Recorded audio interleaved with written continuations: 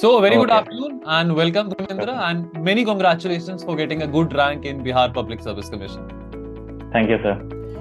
So how is the Josh right now? How are you feeling right now after getting a rank, after finally making it to the list? थोड़ा pressure कम हुआ, stress कम हुआ? Yes, I think मैं यही बोलना चाहूँगा कि मुझे मतलब खुशी से ज़्यादा रिलैक्सेशन है, क्योंकि मेरी जर्नी वैसी रही नहीं है जैसे लोग ट्रेडिशनल जर्नी रहती है. After graduation, they started preparing for the civil services. After a long time, I think after 8 years, I was working in TCS. So after 8 years, I left that job and started my journey of civil services. So it was very difficult for me to cope up in this journey. And finally getting this kind of rank, so I'm a bit relaxed and happy. हाँ, tension तो होता है यार, because अपनी job छोड़ना, salary आ रही है हर महीने, उसके बाद छोड़ Yes, के sir. तैयारी करना, तो वो काफी स्ट्रेस होता है. So And 8 even साल, yes sir, and even एक और चीज थी कि जैसे मैंने तो यूपीएससी के लिए ये जॉब लेफ्ट किया था, and after giving 3 attempts, I was not able to qualify for the prelims.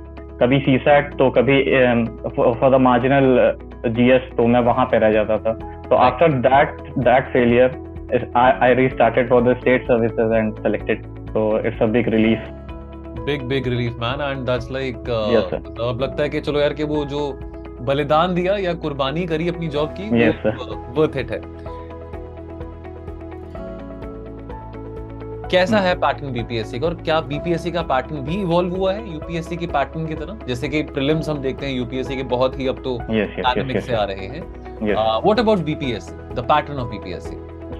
Sir, जैसे मैंने 67 दिया था, तब तक BPSC was something like prelims was like state PCS, but after 67, 68 and 69, I can say that it is something in line with the UPSC pattern. And in 69, it was like statement based question, like we have to apply that elimination technique which we did in UPSC examination, and optional is also gone from after 67, like it's objective one.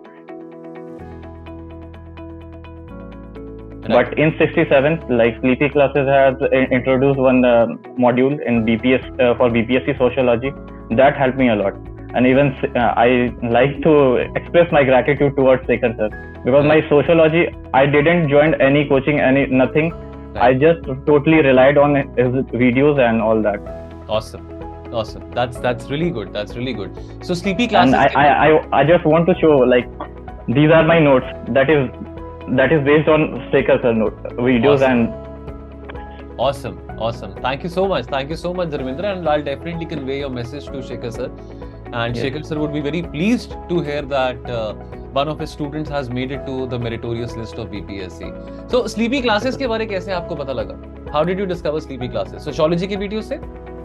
बस मैंने पूरा sociology वहीं से पढ़ा, एक video से. Okay, great. तो बस वही यूट्यूब पे, जैसे स्टार्टिंग में हम अगर सिविल सर्विसेज की जर्नी में आते हैं, अगर हमें कोई गाइडेंस नहीं होता है, specially for the optional, I selected anthropology and sociology.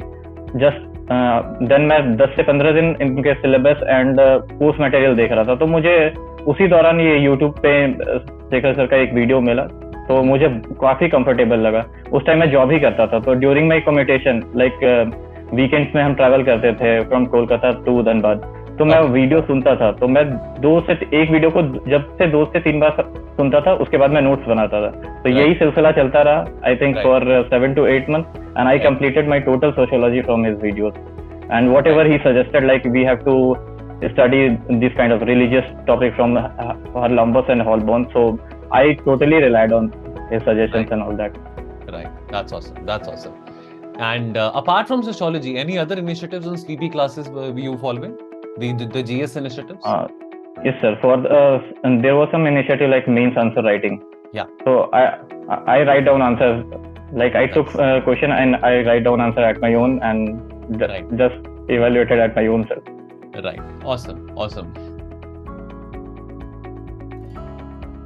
Now, Dharmendra, Covid also came in between. 2020-21 में कोविड का डिसरप्शन आया, तो वो 2 साल आप तब तैयारी कर रहे थे कि तब आप जॉब छोड़ चुके थे? What was your status at that time? Did Covid help boost your preparation?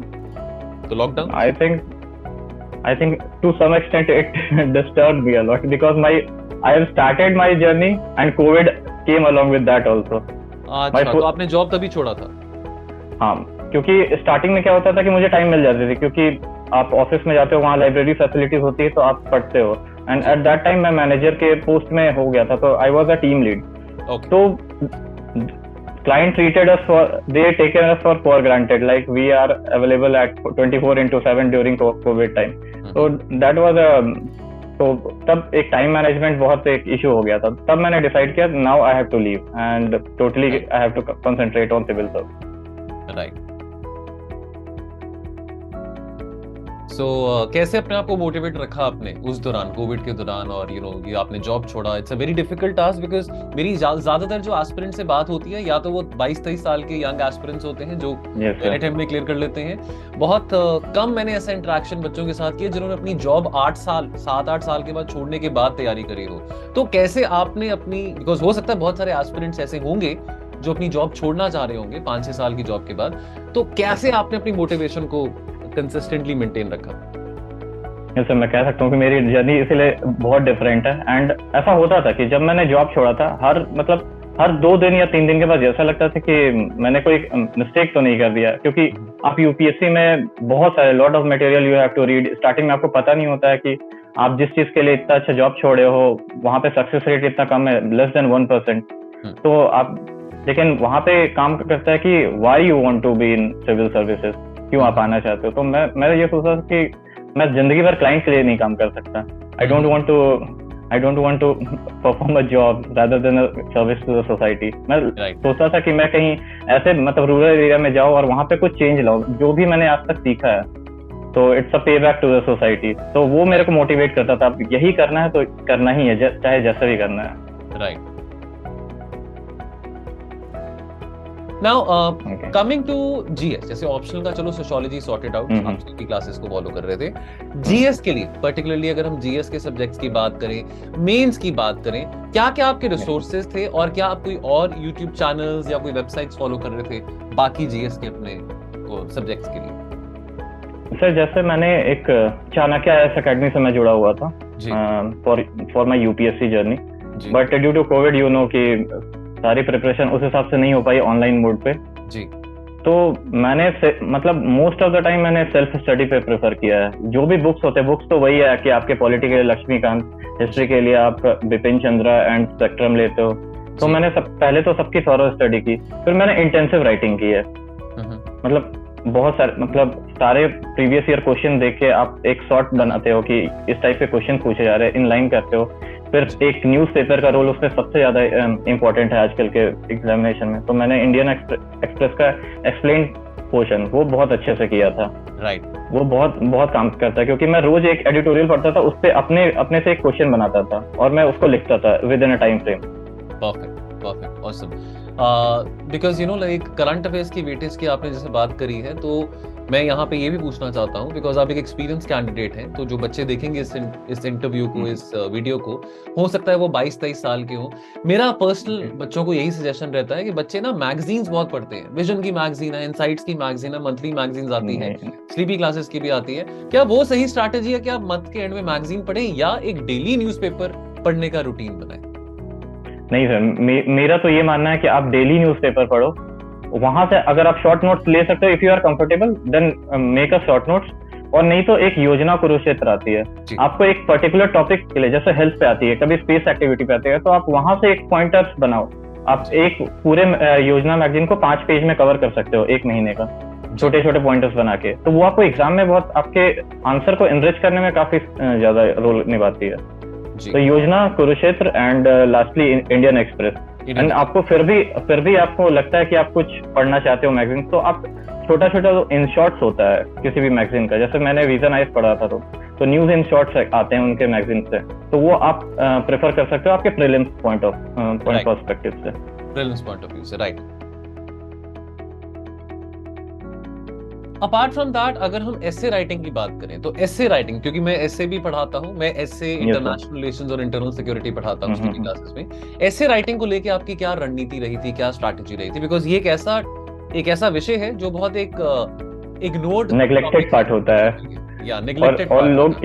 Yes, I think आप तभी एक अच्छा ऐसे लिख सकते हो जब आप हर एक डायमेंशन से सोच पा रहे हो। एक शेखर सर ने बोला था कि उनके पेस्टल एनालिसिस होती थी, पॉलिटिकल, इकोनॉमिकल, टेक्नोलॉजी, आप हर एक दायरे से कैसे एक टॉपिक को सोच सकते हो। तो वो आप तभी पूरा कर सकते हो जब आप क्या हर एक सब्जेक्ट पे कमांड है। तो मैं ये करता था कि मैं मंथली कम से कम 4 एस्से तो जरूर लिखता था। मतलब जब तो वो मैं करता था। अब अनफॉर्चुनेटली मुझे वो मौका नहीं मिला यूपीएससी में लिखने के लिए, लेकिन मैंने टेस्ट सीरीज वगैरह में अच्छे एसेस लिखे थे और मुझे अच्छे मार्क्स भी आए थे। That's awesome. जहां तक ऐसे की बात होती है धर्मेंद्र, तो जैसे हम फिलोसॉफिकल एसेस की बात करें, तो जैसे मैंने काफी डिटेल में हमने ऐसे का कोर्स अपना बनाया है, यूट्यूब पे भी कुछ वीडियोस हमने डाले थे। तो मेरा ये मानना है कि PESTLE approach, political, economical, social, technological, environmental, legal, historical, ये सब जो डायमेंशंस हैं, देखो जितने डायमेंशंस उतना बेहतर ऐसे होता है। काफी टीचर्स का ये कहना है कि पेस्टल अप्रोच फिलोसॉफिकल टॉपिक्स में कामयाब नहीं है। What do you have to say, since आपने टेस्ट लिखे हैं फिलोसॉफिकल टॉपिक्स के भी ऐसे लिखे होंगे, क्या PESTLE approach, because I believe कि पेस्टल अप्रोच को फिलोसॉफिकल एसेस में बिल्कुल अप्लाई किया जा सकता है।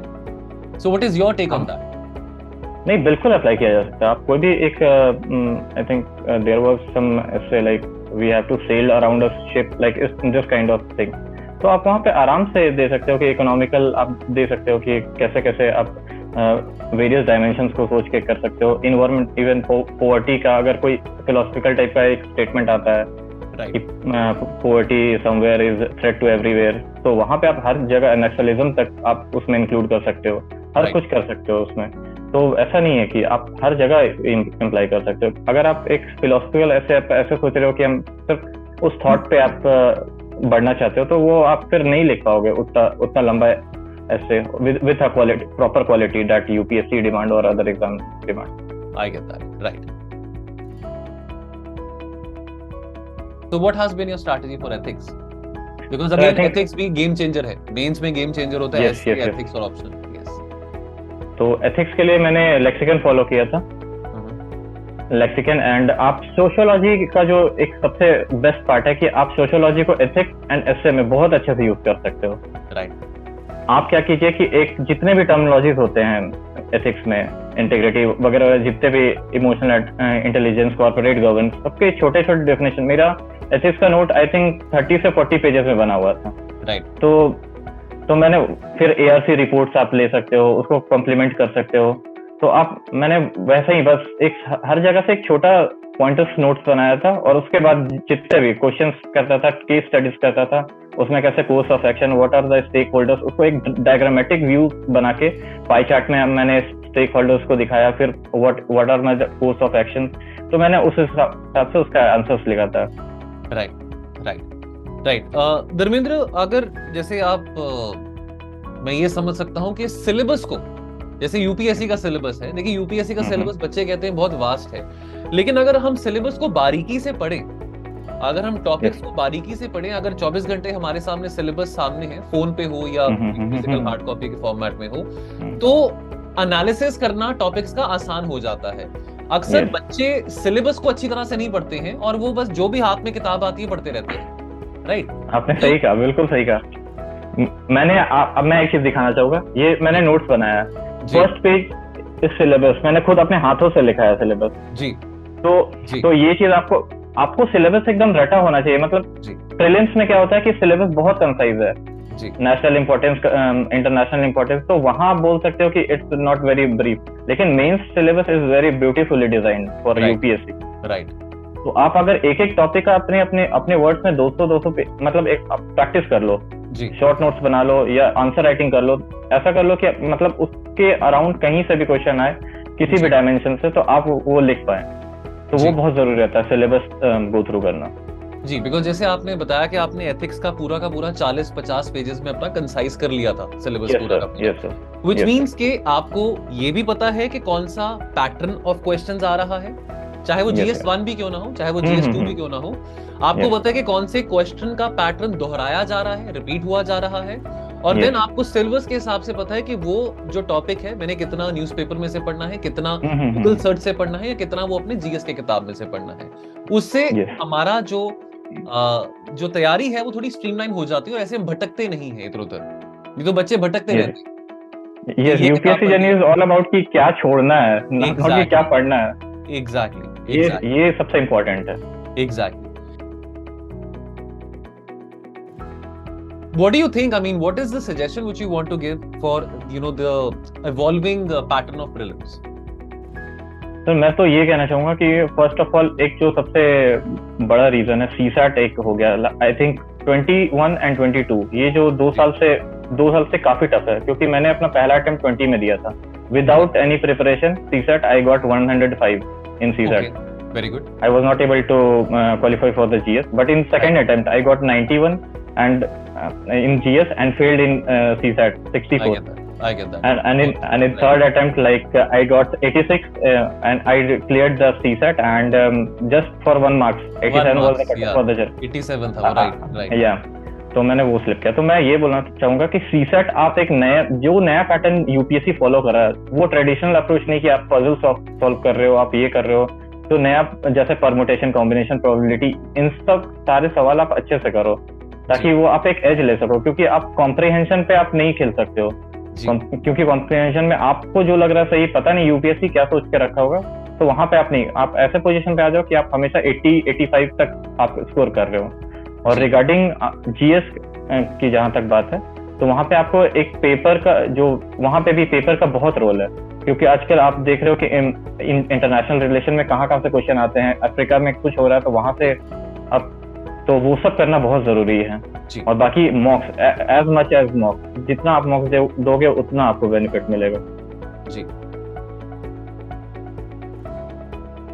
धर्मेंद्र, पीवाईक्यूज को कितना आप तवज्जो देते हैं? पीवाईक्यूज को, चाहे वो प्रीलिम्स में हो चाहे वो मेंस में हो। देखा ये भी जाता है कि कोई 1995 का कोई क्वेश्चन वो 2018 में आया हुआ है, कोई ऐसा क्वेश्चन 90s में पूछा गया हो, वो अभी रिसेंटली आया है। पीवाईक्यूज को कितना आप तवज्जो देते हैं? सर मैं क्या करता था, पीवाईक्यूज आर गाइडिंग लाइट, कि यूपीएससी आप एक टॉपिक पढ़ रहे हो, आप पूरा पढ़ोगे, लेकिन आप अगर पीवाईक्यू देख लियो तो आपको एक एंगल पता चल जाएगा कि यूपीएससी कहाँ पूछता है और किस टॉपिक से ज्यादा पूछता है जी। तो सबसे पहला तो ये, और पीवाईक्यू आप इतना बनाओ कि मतलब आप कहीं भी हो, अगर उस पीवाईक्यू के आसपास भी क्वेश्चन देता है, क्योंकि यूपीएससी ऐसा करता है कि अगर पीवाईक्यू उसने किसी भी टॉपिक से पूछा है तो आप उसके टॉपिक के अराउंड कुछ पूछेगा, तो आपको पता चल जाता है कि आपको कहाँ से पढ़ना और कितना पढ़ना है यूपीएससी के लिए। तो पीवाईक्यू इज अटमोस्ट इम्पोर्टेंट जी, even for mains and even for prelims, both दोनों के लिए। yes. काफी ज्यादा। मेंस में भी मैं क्या करता था कि पीवाईक्यू देखता था, और एक मान लीजिए प्रेसिडेंट है, तो मैंने प्रेसिडेंट का एक टॉपिक लिखा, और प्रेसिडेंट के सामने मैंने लिखा कि यहाँ से क्वेश्चन कब आया, जैसे 98 में आया, 2001 में आया, हाउ मेनी टाइम्स, तो वहां से मेरे को ये पता चल गया कि प्रेसिडेंट इज वेरी इंपॉर्टेंट। तो मैं अगर आंसर राइटिंग या कभी भी टॉपिक्स प्रिपेयर कर रहा हूँ तो मैं वो प्रेसिडेंट पे बहुत फोकस करूंगा। तो आपको ये एनालिसिस जरूर करना है कि हर एक टॉपिक को देखना और कितनी बार वहां से क्वेश्चन पूछा गया। कोई टेस्ट सीरीज आपने लगाई थी? जैसे आपने सोशियोलॉजी की बात करी, मेंस की अगर हम बात करें तो कोई टेस्ट सीरीज आपने ऑप्शनल के लिए और जीएस के लिए लगा के रखी हो? सर मैं ऐसा तो कुछ टेस्ट सीरीज ज्वाइन नहीं किया था, जस्ट मैं पेपर्स मंगा लेता था दिल्ली से। राइट। वो तो मैं उसको अपने हिसाब से टाइमर्स लगा के वो सॉल्व करता था, जो हम लोग बोलते हैं ना इंटीग्रिटी, तो वहां वो चीज मैं अप्लाई करता था कि मुझे वो 3 घंटा, अगर मैं घर में भी दे रहा हूँ तो वो 3 घंटा doing the things right when nobody watching, that is integrity. वो एब्सोल्युटली। और प्रीलिम्स का भी आप ऐसे ही करते थे टेस्ट सीरीज में? मतलब लाइक आप बाहर से, जैसे दिल्ली से काफी सारी ऐसी शॉप्स हैं जो कि टेस्ट पेपर्स वगैरह वो फोटोस्टैट। तो मैं वो टेस्ट सीरीज मंगवा लेता था, और जैसे मैंने चाणक्य एकेडमी ज्वाइन किया हुआ था तो वहां मैं मॉक्स देता था, even mains writing test series भी मैं वहां देता था। अच्छा, वहीं पे देते थे। लेकिन मेंस के आंसर्स आप रोज लिखते थे? आप रोज? हाँ, मैं एक आंसर मैं डेली लिखता था। एक तो एडिटोरियल का जो आप आंसर बता रहे हैं वो साथ के साथ एक वो लिखता था, और जब एग्जाम पास आता था तो मैं और भी, मतलब वो कि 3 घंटे में मैं कितना लिख पा रहा हूँ वो भी मैं करता था।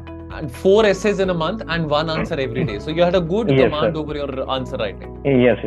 क्योंकि मैं एक चीज बताना चाहूंगा कि मैंने झारखंड पब्लिक सर्विस कमीशन भी क्लियर किया था प्रीलिम्स, फिर उसके जस्ट शॉर्ट नोटिस में 20 दिन के बाद मेंस था, तो तब तक मैंने सिलेबस तक नहीं देखा था मेंस का जेपीएससी के लिए। लेकिन जो यूपीएससी में मैंने प्रिपेयर किया फॉर मेंस, तो that help me a lot, क्योंकि मैं उस 20 दिन में वो सिलेबस तो कवर किया, उसके बाद मैं 20 दिन के बाद वो मेंस लिखा और मेंस मैंने क्लियर भी कर दिया 20 दिन में।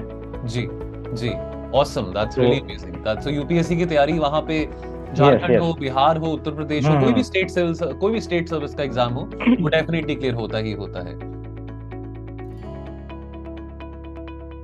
आपने तैयारी दिल्ली रह के करी कि अपने होम टाउन में रह के करी? कहाँ पे आप तैयारी करते रहे? नहीं सर, मैं कोलकाता में पोस्टेड था, तो वहां जी। से मैं वैसे 6 साल दिल्ली में जॉब किया था। तब तक अच्छा। मुझे कुछ यूपीएससी का कुछ नहीं था। मैं मतलब एसएससी वगैरह 1-2 बार एग्जाम दिया था। तब तक मैं जी I was not that serious about civil services. हाँ, लाइफ में कभी करना है सिविल सर्विसेज तो वो था एक दिमाग में, बट एक कंफर्ट जोन में आप आ जाते हो जॉब में, तो वो जी वो थोड़ा सा चला जाता है। जी जी तो जी। मैं कोलकाता आया ट्रांसफर लेके वहां से। फिर कोलकाता में सच कुछ है नहीं, मतलब यूपीएससी एंड सिविल सर्विसेज का। तो धनबाद मेरा होम टाउन है, तो Right. That is 4 and 5 our journey. तो मैं Right. सोचता था वीकेंड में आऊंगा, क्लास करूंगा, फिर मंडे टू फ्राइडे जॉब, तो ऐसे करता था मैं। अच्छा, आई गेट दैट। सो अब मतलब आपने फिर अपना होम टाउन से ही अपना मोस्टली तैयारी यस, करा होम टाउन मैंने पूरे घर से तैयारी की है। Right right. दिल्ली का हवा पानी कैसा लगता था? 6 साल दिल्ली में रहे, हवा पानी दिल्ली का बढ़िया था? बहुत अच्छा सर। मेरे को एक एक चीज पता है दिल्ली का, कहाँ क्या है। मुखर्जी नगर भी देखता हूँ तो पता था कि ये जगह है। बहुत बढ़िया, वहां पे भी मैं। लेकिन अब क्या जैसे मैंडेटरी है, जैसे बहुत सारे बच्चे कहते हैं कि सर दिल्ली जाना है, मतलब कोचिंग अकेडमीज वहां पे सब कुछ है, लेकिन मेरे को लगता है कोविड के बाद एक ना जैसे ऑनलाइन प्लेटफॉर्म्स काफी आ गए हैं कि अब लगता है कि घर पे ही आप बैठ के तैयारी कर सकते हैं। आपको लगता है True, अपने sir. पर्सनल एक्सपीरियंस से कि दिल्ली जाना बहुत जरूरी है कंपटीशन के लिए? सर आई थिंक कोई जरूरी नहीं है। अगर आप एक सीरियस कैंडिडेट हो, रियली सीरियस कैंडिडेट, तो आप कहीं से भी वो तैयारी कर सकते हो। जस्ट नीडेड एक ईमानदार कोशिश, दैट इज ऑनेस्ट प्रिपरेशन। आप अगर कर रहे हो तो आप कहीं ना कहीं यूपीएससी नहीं तो कहीं ना कहीं, अगर आप पढ़ा हुआ तो पढ़ा हुआ कभी भी वेस्ट नहीं जाता। राइट आपको कहीं ना कहीं काम वो आएगा। तो राइट इट्स नॉट नेसेसरी कि आप दिल्ली जाओ। हाँ, आप इंटरव्यू गाइडेंस के लिए जा सकते हो, that is not possible from your home town, and उसके लिए आप जा सकते हो। But for prelims means you can do it from your home town and जहां भी आपको। आपने इंटरव्यू गाइडेंस के लिए कुछ आपने कहीं से कुछ प्रोग्राम ज्वाइन किया था? सर जैसे यूपीएससी में तो ऐसा मौका ही नहीं मिला, तो बीपीएससी के लिए, हाँ, बीपीएससी के लिए मैंने कुछ कोचिंग्स किए थे, जैसे आस्था आईएएस, मतलब वहाँ ऑनलाइन इंटरव्यू दिया था। फिर मैं पटना गया था, वहाँ पे परफेक्शन आईएएस है, चाणक्य आईएएस अकेडमी में मैंने दिया था मॉक। तो ये सारे मॉक मैंने दिए थे। Right right. And any extra curricular activity, कुछ फिटनेस में शौक हो या कोई नेटफ्लिक्स या कुछ कोई हॉबी आपकी ऐसी हो? सर हॉबीज के नाम पे मेरा बहुत कुछ है। मैं क्रिकेट, मैं कॉर्पोरेट टीम में भी था, मैं म्यूजिक में वॉइस इंडिया में ऑडिशन तक दे चुका हूँ, टेबल टेनिस अच्छा खेलता हूँ, बैडमिंटन अच्छा खेलता हूँ, तो बहुत कुछ था। मतलब इतना कुछ था कि मेरे को इंटरव्यू में डालने के लिए मैंने पूछा था कि सर इतना कुछ है तो मैं सारा डाल सकता हूँ या एक डालू कुछ। तो मैंने बस सिंगिंग पे जाके दिया। I get that. Yes sir. कोई ओटीटी सीरीज देखने का शौक है आपका फ्री टाइम में? सारे जितने भी, मतलब मैंने जब सर्विसेज स्टार्ट की थी तैयारी, तो मैं I was preparing for IPS. तो मुझे पुलिस सर्विसेज और जितने भी वेब सीरीज पुलिस से रिलेटेड है, तो मुझे वो बहुत पसंद आते हैं कि कैसा वो रहता। तो I really admire to police services, but unfortunately just 5 rank अगर पीछे आता तो मुझे वो मिल जाती। I get that. वो आपने देखा होगा अमित लोधा का, वो जो बिहार जो खाकी। यस खाकी आप देख लो, नवीन शिकेरा का देख लो, सब मैंने देखा है। जी जी, सही। और बहुत दमदार और दबंग पुलिस अफसर बिहार से रहे। गंगा जल मुझे याद है, हमने मूवी देखी थी तब अजय देवगन की। एंड काफी like Bihar, UP, Punjab, in fact मैं पंजाब से हूँ और मेरा भी यही गोल था आईपीएस ऑफिसर बनना। और इस करके I can relate to it, जो लड़के हैं पंजाब, हरियाणा, यूपी, बिहार के, उनको पुलिस की नौकरी का काफी वो एक शौक रहता है।